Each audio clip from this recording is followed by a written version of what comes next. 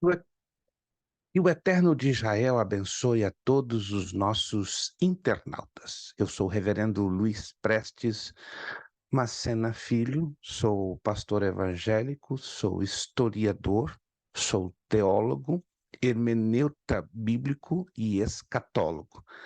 É com muita alegria que estamos aqui gravando este vídeo para dar um importante esclarecimento em poucos minutos sobre o que é o islamismo, né, na visão universal, geral, no plano da sociedade que vivemos e também dentro da história das seitas e religiões. Antes que eu fale qualquer coisa mais avançada sobre o assunto, quero compartilhar com vocês, queridos irmãos em Cristo Jesus, o texto que está na carta de Paulo aos Gálatas, capítulo 1, versículo 8, que assim diz a palavra do nosso Deus. Mas ainda que nós, ou mesmo um anjo vindo do céu, vos pregue evangelho que vá além do que vos temos pregado, seja anátema. A palavra anátema é uma palavra grega que quer dizer maldito ou amaldiçoado seja, ou maldito seja. Em outras palavras, qualquer outra revelação vinda até mesmo do céu, diferente a esta revelação chamada Bíblia Sagrada, Palavra de Deus, ela é considerada falsa, espúria, ela é considerada não reconhecida por Deus.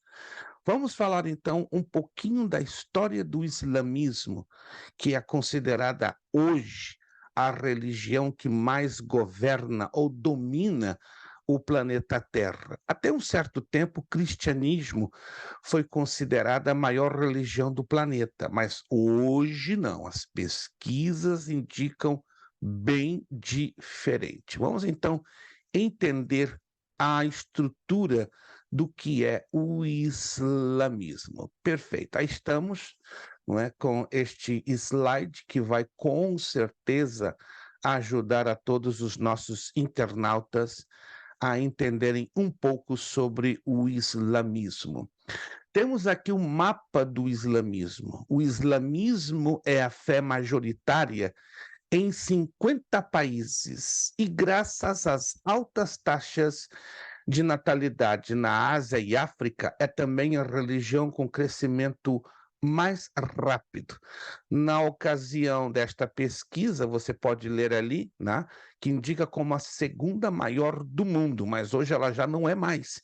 De 5 anos para cá, ela é definitivamente a maior religião do planeta.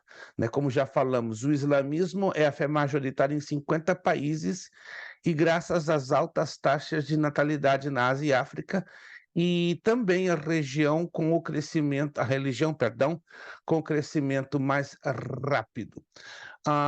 Até então, o islamismo contava, aliás, o cristianismo, perdão, contava com 1,9 bilhões de adeptos, mas esse quadro mudou, né? Isso aqui é uma estatística de 5 anos. O islamismo contava com 2 bilhões e o hinduísmo com 800 milhões. De 5 anos para cá, esta estatística ela é alterada em torno de 15 a 20%, favorecendo, claro, a mais o islamismo.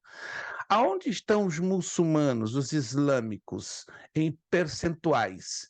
Na Ásia, 69,5%, África, 27%, Europa, 3%, embora é um número muito grande, e nas Américas e Oceania, 0,5. Não ainda cresceu tanto como na Ásia, África e está em rapidíssimo crescimento na Europa. É importante deixar claro que há duas correntes principais do islamismo: os sunitas, com mais de 1 bilhão de seguidores, e os xiitas, com 120 milhões. Repito, essa estatística é de 5 anos atrás, do ano de 2018. Os xiitas são os mais radicais, são os mais fechados, são os mais duros, são chamados fundamentalistas. Chegam a ser fanáticos em alguns aspectos, com atentados terroristas, matança de cristãos em massa, diferentemente dos sunitas, que são mais pacíficos e se adaptam facilmente a outras culturas. O Islã nasceu na Península Arábica, mas hoje apenas 15% dos muçulmanos são árabes, porque há uma variedade muito grande de religiões que dominam ali a Península Arábica. A Indonésia ainda continua sendo o maior país islâmico, com quase 17% de todos os muçulmanos. Essa estatística mudou, então, ao invés de 17, estamos hoje em 21%. O islamismo nasceu na Península Arábica no ano 610 depois de Cristo, na mesma época que o feudalismo se consolidava na Europa.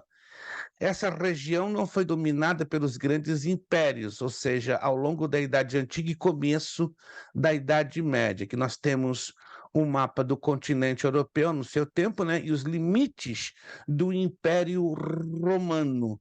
Então, qual foi o motivo, né, que esta região que você está vendo aqui neste quadrado não foi dominado inteiramente pelos islâmicos? A Península da Arábia, predominantemente desértica, mas ainda assim, vários povos foram ocupando a região. No oásis surgiu uma agricultura diversificada e atividade pastoril. Com o excedente, houve intenso comércio entre as regiões e o crescimento das cidades. No início da Idade Média, isso em torno do ano 1000, persas e bizantinos se enfrentavam em constantes guerras. Nessa região passava a rota da seda, chamada a rota do dinheiro, da maior intensidade comercial que você vê neste quadradinho aqui em violeta, tá? Lá no cantinho da atual Turquia dos dias de hoje.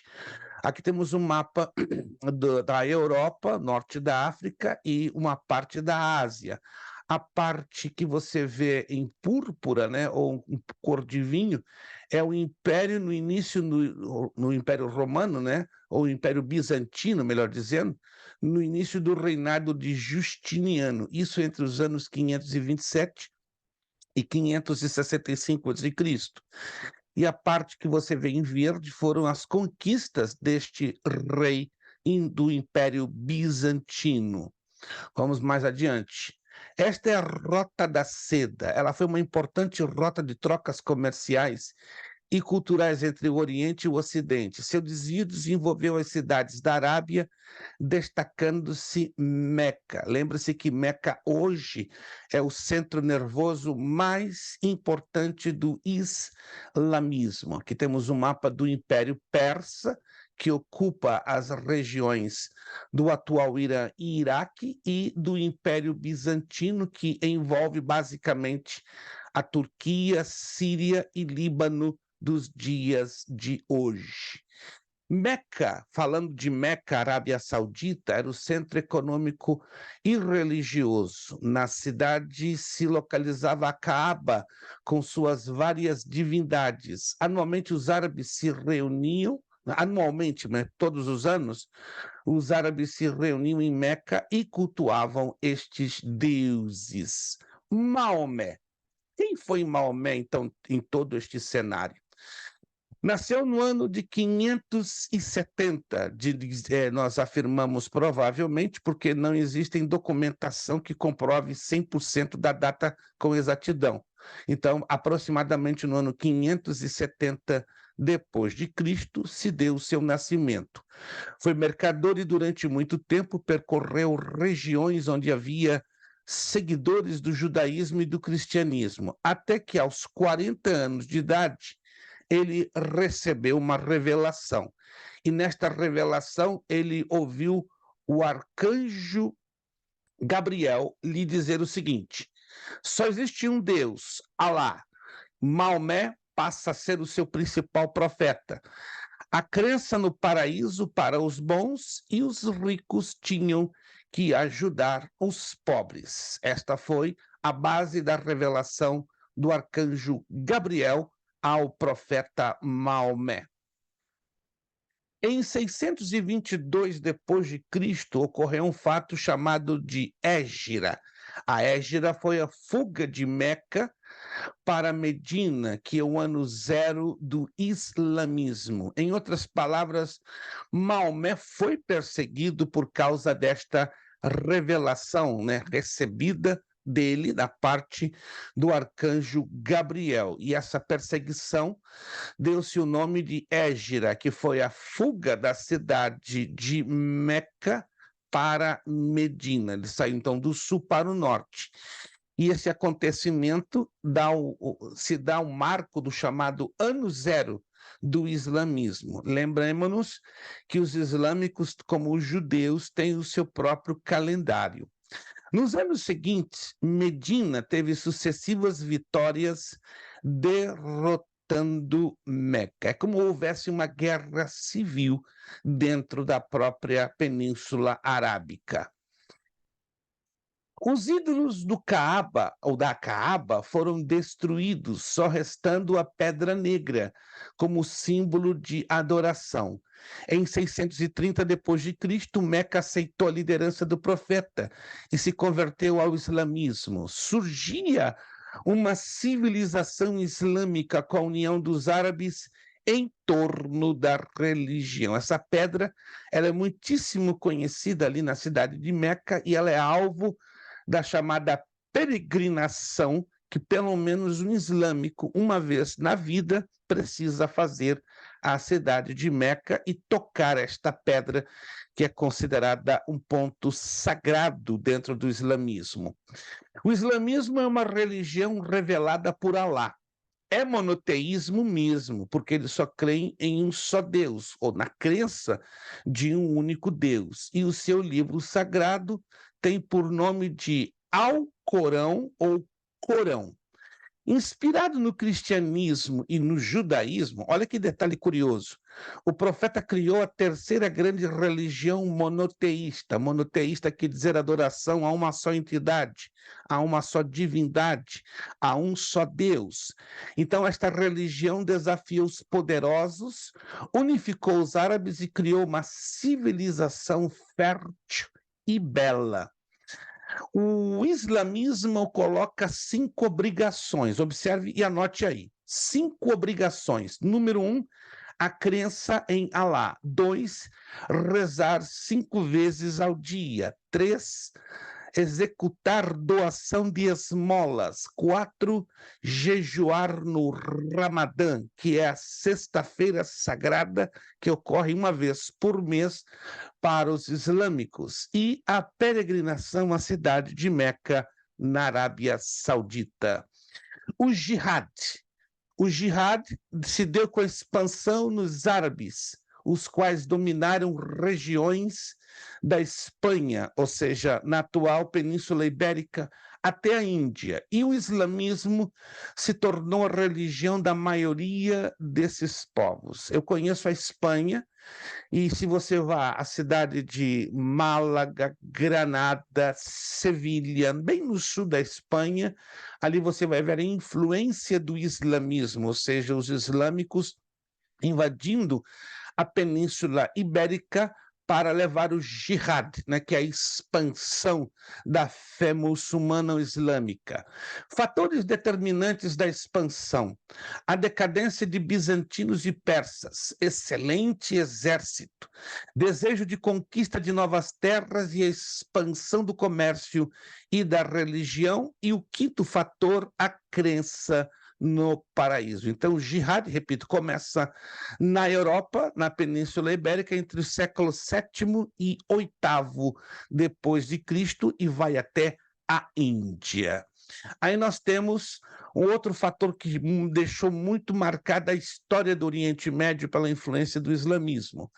A cidade de Jerusalém foi conquistada no ano de 650 depois de Cristo. Entretanto, até 670 depois de Cristo dominavam regiões na fronteira com a Índia, aniquilando o Império Persa e encolhendo o Império Bizantino. A capital do Império Bizantino, Constantinopla, que hoje é a atual cidade de Istambul, ali na Turquia. Essa parte que você vê em vermelho é a expansão, né, dos islâmicos dentro desta região que envolvia o Império Persa, o Império Bizantino e, claro, o norte da África. Em 732 depois de Cristo, travaram com os francos a Batalha de Poitiers. Em vitória dos francos e a derrota dos árabes salvou o Ocidente. Olha que interessante.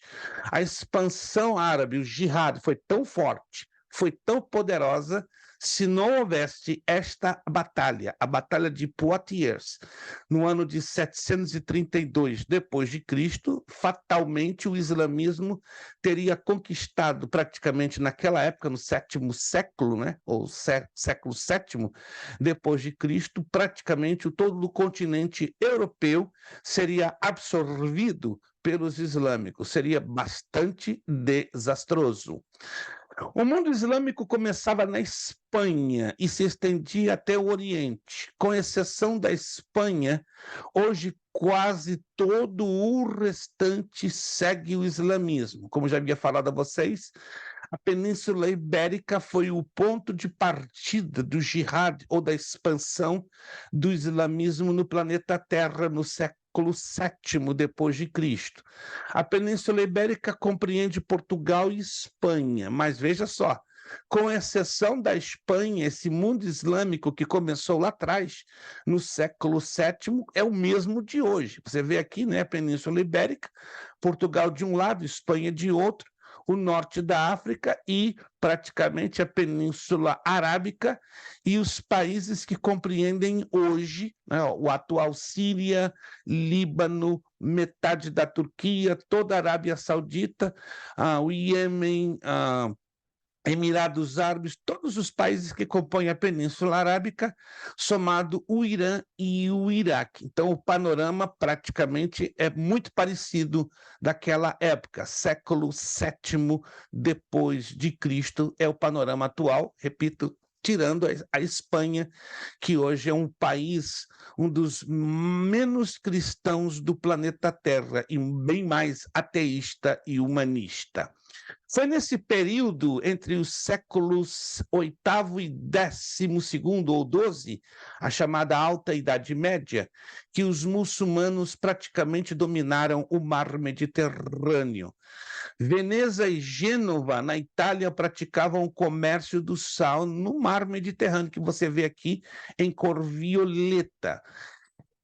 Os islâmicos costumavam dizer a seguinte frase naquela época: não navegará uma tábua cristã no mar Mediterrâneo. Aqui você vê, né, a expansão muçulmana, a parte em vermelho sobre os primeiros 4 califas que governaram entre os anos 632 e 661 depois de Cristo, a parte laranja, né, sobre os omíadas, outro grupo de muçulmanos que governaram entre 661 e 650, eles governaram mais a Península Ibérica, o norte da África e uma parte do norte do Oriente Médio. E o Império Bizantino, em verde, dominavam a atual Itália, a Bósnia-Herzegovina, uma parte da Grécia e a metade da Turquia atual. A idade de ouro do islamismo, quando o islamismo chegou no seu ponto máximo, historicamente falando, foi entre os séculos VIII ao século XII, da chamada Alta Idade Média. Os muçulmanos não obrigavam os povos dominados a se converterem ao islamismo. Exatamente o oposto ocorria no Ocidente. Cristão, onde hereges eram perseguidos, ou seja, havia a chamada Santa Inquisição, que forçava a conversão, né, dos pagãos ao cristianismo. Na recusa dessa conversão, claro, passavam pela penalidade de um julgamento sumário e as pessoas eram queimadas na fogueira, alegando que eram feiticeiros e coisas dessa natureza, coisa que os muçulmanos, claro, não faziam ali ao seu tempo. Na Idade de Ouro do islamismo, na cultura árabe, os árabes arrasaram, desenvolvendo estudos avançados em todas as áreas do conhecimento. Com a expansão do Islã, o caldo de culturas resultante tornou-se extremamente propício para o desenvolvimento da ciência, né? Dentre os avanços do mundo islâmico na ciência, temos aqui uma reprodução de um livro importante chamado Avicena, que é o Cânon de Medicina. E temos também um livro chamado O Físico, de Noah Gordon, importante dentro do avanço da Idade de Ouro do islamismo. A Espanha muçulmana, como nós falamos, né?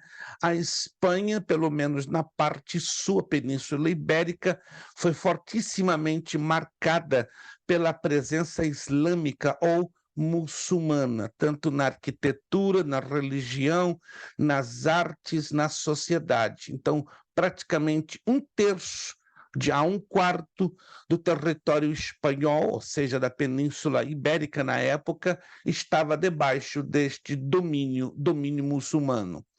Durante esse período do século VIII ao século XII, a Península Ibérica teve características diferentes do restante da Europa, que vivia o apogeu do feudalismo, desenvolveram uma civilização urbana apoiada no comércio a longa distância e uma cultura resplandecente. Aqui nós temos, né, o chamado Califato de Córdoba, que dominava praticamente toda a atual Espanha e metade do que seria hoje o atual território de Portugal. E os outros pontos que você vê em outras cores são as subdivisões dos governos na época locais. Essa é a mesquita da cidade de Córdoba. Eu a conheço pessoalmente no interior da Espanha. É uma das provas da arquitetura muçulmana, islâmica, de maior refino que vocês possam imaginar. A Europa feudal, o feudalismo, foi um regime de governo que governou a Europa, que dominou a Europa desde o início do domínio árabe em 750 depois de Cristo e foi até o ano de 1099 com o ponto máximo das cruzadas. Lembremos-nos que as cruzadas foi um movimento protagonizado pela Igreja Católica Apostólica Romana de proteger a Terra Santa dos infiéis, ou seja, da invasão ou da presença dos islâmicos. E o feudalismo foi um governo característico de que homens nobres, de muito poder material, muito dinheiro, condes, arquiduques, marqueses, tinham partes de terras, e estas terras faziam parte da sua própria governança, ou seja, exemplo, França, Inglaterra, Alemanha, tinham uma enorme quantidade de terras e todas elas repartidas entre estes nobres, considerados ou chamados de senhores feudais. Aproximando o ano 1000 depois de Cristo, o feudalismo foi morrendo e dando lugar aos governos de reinados e impérios, né? Como a Inglaterra, ela se estabeleceu como uma nação com um rei, a França, a Alemanha e assim por diante. Importante também nós entendermos, né, a visão bíblica sobre a importância do islamismo. Vamos então agora para a visão bíblica. Eu dei para vocês uma visão histórica, então vamos agora para a importância bíblica. Se a gente não entender o islamismo pela palavra de Deus, pode ser realmente bem complicado e bem mais difícil. Vamos então à luz da palavra de Deus, o islamismo e a pessoa de Jesus Cristo, né? Vamos ver a importância do islamismo ou do muçulmanismo dentro da pessoa do Senhor Jesus Cristo. O que os islâmicos, ensinam sobre Jesus? Anote aí, isso aqui é importante. Jesus é um dos 124 mil profetas. Uau! enviados por Deus a diferentes culturas. Que loucura! Jesus é um dentre 124 mil. Uau! Jesus, então, não vale nada dentro do islamismo. Não passa de um mero profeta. Jesus nasceu de uma virgem, mas não é filho de Deus, sem pecado e nem é Deus. Essa é a visão do islâmico. Eles não encaram Jesus, nem o reconhecem como Deus, e muito menos filho de Deus, né? E muito menos que nasceu sem pecado. Acreditam nos milagres feitos por Jesus. Dá para entender isso? Estranho, né? Eles não creem que ele seja Deus, que ele nasceu sem pecado, e muito menos que seja o Filho de Deus, mas acreditam nos milagres por ele realizados. Não foi crucificado, ascendeu ao céu sem ser morto. Uau! Então eles não creem no sacrifício da cruz do Calvário, eles creem na sua ascensão, seu retorno ao céu. É conhecido como o Messias e Ayatollah. A palavra Ayatollah do árabe quer dizer sinal de Alá.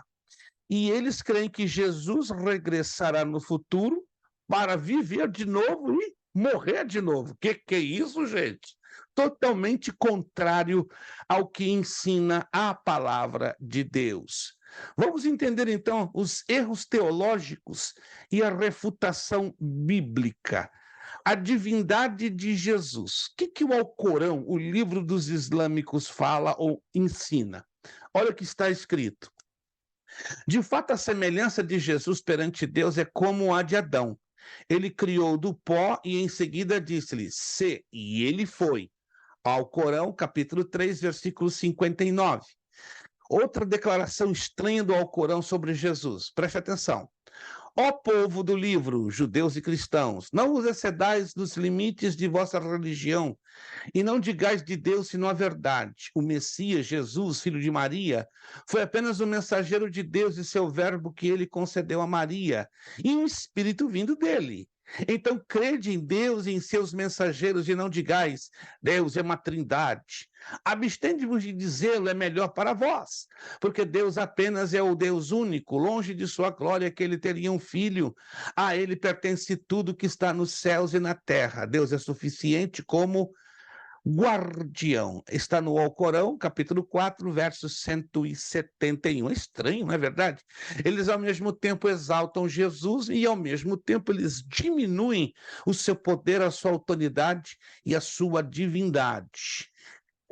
Divindade de Jesus, declarada pela palavra de Deus, pela inerrante revelação do próprio Deus para mim e para você. Mateus 1, 23 está escrito, a virgem ficará grávida e dará luz a um filho e o chamarão Emanuel, que quer dizer Deus conosco. João capítulo 1, verso 13 está escrito, todas as coisas foram feitas por intermédio dele, sem ele nada do que foi feito se fez. Glória a Deus. Jesus é Deus, Jesus é Senhor, Jesus é o Filho de Deus, aleluia, e muito me alegra saber que ele é o nosso Salvador, morreu na cruz do Calvário para nos resgatar da maldição do pecado e nos reconciliar com Deus Pai, porque ele mesmo disse lá em João capítulo 8, verso 58, antes que Abraão fosse, eu sou. Palavras de Jesus Cristo. Sobre a crucificação de Jesus, os que os islâmicos pensam e creem. Alcorão 4, verso 157 está escrito, eles não o mataram nem o crucificaram, mas isso lhes foi simulado. Isso quer dizer que o sacrifício de Jesus para o islâmico, para o muçulmano, foi uma mentira, foi uma encenação. Alcorão 4, verso 158. Deus o ascendeu até ele. Deus é todo-poderoso, sabe? Que eles querem dizer que o Deus Pai levou Jesus para o céu. É verdade, mas antes ele morreu, graças a Deus, por isso ressuscitou, aleluia, e depois subiu aos céus. O Alcorão, capítulo 39, verso 7, diz, nenhuma alma arca com o pecado de outra. São coisas curiosas que não batem, não se encaixam com o conteúdo da gloriosa palavra de Deus. Mas a Bíblia, o que a Bíblia diz sobre a crucificação de Jesus? João 1:29, no dia seguinte, João viu Jesus aproximando-se e disse: vejam, é o Cordeiro de Deus que tira o pecado do mundo. Mateus 26:28 nos diz: isto é o meu sangue da aliança que é derramado em favor de muitos para o perdão de pecados. Romanos 10:9, se você confessar com a sua boca que Jesus é Senhor e crer em seu coração que Deus o ressuscitou dentre os mortos, será salvo. A primeira carta de João, capítulo 1, verso 7, mas se andarmos na luz como ele na luz está, temos comunhão uns com os outros. Aleluia! Que coisa linda escutar isso! E o sangue de Jesus Cristo, seu Filho, nos purifica de todo o pecado. Então, meus queridos irmãos, estamos conscientes que o islamismo, infelizmente, adultera, nega a veracidade deste poderoso livro, a palavra de Deus. Jesus mesmo disse: os céus e a terra passarão, mas as minhas palavras não hão de passar. Infelizmente, bilhões de pessoas na face da terra estão secas, estão amordaçadas espiritualmente, mentalmente, emocionalmente, por causa do islamismo. Não tem para onde ir e não tem argumentação, mas graças a Deus que esta que é a verdade que liberta ainda faz um trabalho glorioso, maravilhoso. Maomé morreu, está sepultado, mas Jesus Cristo morreu, ressuscitou, está à direita de Deus e está aqui comigo e com você, dando o testemunho da sua gloriosa presença. O Espírito Santo está entre nós, revelando-nos e falando-nos da parte do Pai e da parte do Filho. Quero convidar você a não deixar a importância deste livro de lado. Pelo contrário, está escrito em Oséias 4:6. Meu povo foi destruído porque lhe faltou conhecimento. Mas a segunda carta de Pedro, capítulo 3, versículo 18.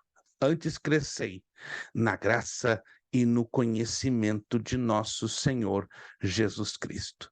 Espero que esse vídeo tenha ajudado você a compreender uma base do que é o islamismo. A palavra islamismo vem da palavra árabe islam, submissão.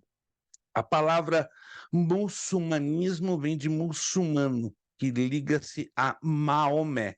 Então, a expressão islamismo, maometanismo e muçulmanismo, elas são praticamente a mesma coisa, com a diferença que o islamismo fala de uma forma mais genérica na questão das suas duas facções, não é verdade? Sobre os sunitas e xiitas, enquanto que a expressão muçulmano, ela é mais regionalizada. O islamismo é uma visão mais mundial, internacional, globalizada, enquanto que a expressão maometanismo ou muçulmanismo está bem mais ligada com a questão regional, ali da Península Arábica.